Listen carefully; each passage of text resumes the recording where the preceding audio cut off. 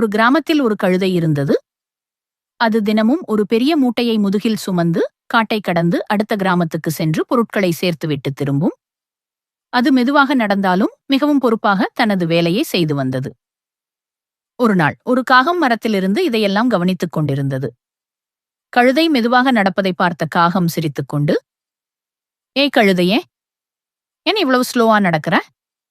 உனக்கு ஃபாஸ்டா போக தெரியாதா? உனக்கு ஒண்ணுமே தெரியாதா என்று கிண்டல் செய்தது. காகத்தின் வார்த்தைகள் கழுதைக்கு கோபத்தை ஏற்படுத்தின. நானும் வேகமாக ஓட முடியும் என்று நிரூபிக்க வேண்டும் என்று நினைத்த கழுதை மூட்டையுடன் வேகமாக ஓட ஆரம்பித்தது.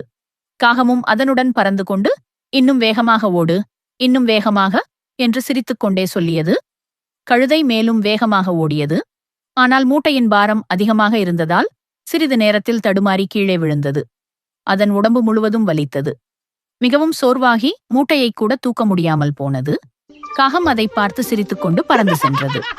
அப்போது அருகில் இருந்த ஒரு முயல் இதையெல்லாம் பார்த்தது. அது கழுதையிடம் வந்து, வா, என் வீட்டுக்கு வா என்று அழைத்துச் சென்றது. முயல் கழுதைக்கு நல்ல உணவும் ஓய்வும் கொடுத்தது. பிறகு மெதுவாக சொன்னது, நீ யாரிடமும் உன்னை ப்ரூவ் பண்ண வேண்டிய அவசியமில்லை. உன்னுடைய வேலையை சரியாக செய்தால் அதுவே போதும்.